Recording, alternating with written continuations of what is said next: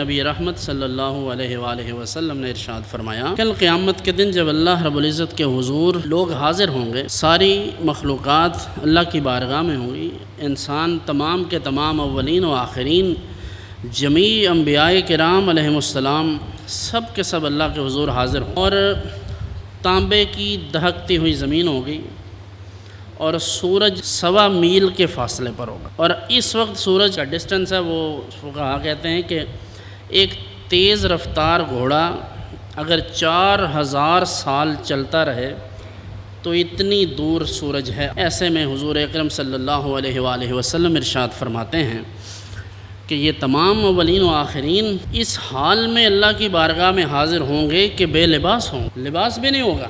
حضرت ام المومنین بی بی سیدہ عائشہ رضی اللہ عنہا وہ عرض گزار ہوئیں کہ یا رسول اللہ صلی اللہ علیہ وسلم ارشاد فرمائیے، جب لوگ بے لباس ہوں گے ایک دوسرے سے شرم نہیں آئے گی؟ حضور نے فرمایا، اے عائشہ معاملہ تو اس سے بھی آگے ہے کہ یہ شرم اور حیا اور یہ تکلف تو کوئی تب کرے گا جب کسی کو ہوش ہوگا۔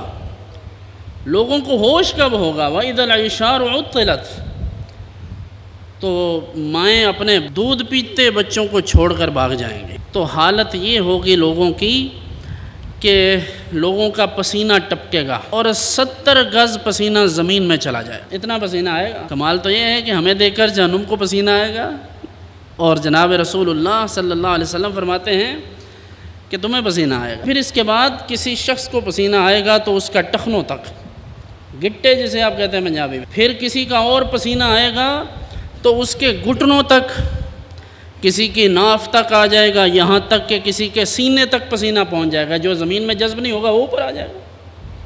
اور پھر آگے صراحت کے ساتھ ارشاد فرمایا کہ کافر کا تو یہ حال ہوگا کہ وہ اپنے ہی پسینے میں ڈبکیاں کھا رہا ہوگا۔ الامان والحفیظ ولا حول ولا قوت الا باللہ۔ قرآن کہتا ہے کہ وہ دن ایسا ہے کہ جس دن کی ہیبت اتنی ہے کہ یوم یجعل الولدان شیبا، جو نوجوانوں کو، بچوں کو غم کے مارے بوڑھا بنا دے گا، اس دن کی یہ شدت ہے۔ جسے لوگ کہتے ہیں ہمیں کوئی پرواہ نہیں ہے قیامت کی، کیوں نہیں ہے؟ یہ دین کا سبق نہیں ہے۔ ہمیں قیامت کی پرواہ اور قیامت کی ٹینشن ہونی چاہیے۔ کیوں ہونی چاہیے؟ میں اور آپ کون ہیں؟ ہماری کیا اوقات ہے؟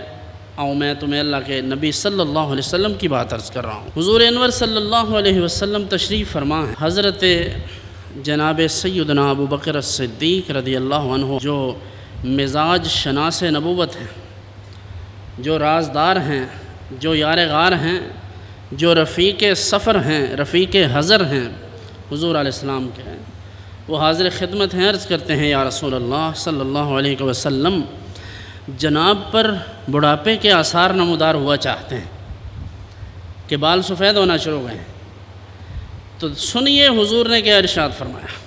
جو کہتے ہیں ہمیں دیکھ کر جہنم کو پسینہ آئے گا، جو کہتے ہیں ہمیں قبر سے کوئی ڈر نہیں ہے، قبر کا کوئی خوف نہیں ہے، قبر دا خوف دے دے کہتے کیوں مینوں ڈراندے ہو، غلط شعر ہیں، غلط تشریح ہے دین کی بھائی۔ صحیح تشریح یہ ہے کہ جناب رسول کریم صلی اللہ علیہ وسلم نے جب یہ بات ان کی سنی تو فرمایا، ابو بکر مجھے سورہ ہود اور اس جیسی صورتوں نے بوڑھا کر دیا ہے۔ کیا ہے ان صورتوں میں؟ پڑھیے، پڑھ کر دیکھیے، قیامت کا تذکرہ ہے، پچھلی امتوں پر عذاب نازل ہونے کے تذکرے ہیں۔ تو جناب رسول کریم صلی اللہ علیہ وسلم غور و فکر فرماتے ہیں امت کے لیے۔ نبی رحمت صلی اللہ علیہ وسلم دن رات یہ غور و خوض کرتے رہتے ہیں کہ اے اللہ کہیں ایسا نہ ہو کہ جو سابقہ پر عذاب نازل ہوئے تھے کہیں میری امت پر عذاب نازل نہ ہو جائے۔ اس لیے میں نے کہا ہے کہ اللہ کے عذاب سے ڈرنا چاہیے، قبر کا خوف ہونا چاہیے، آخرت کی فکر ہونی چاہیے۔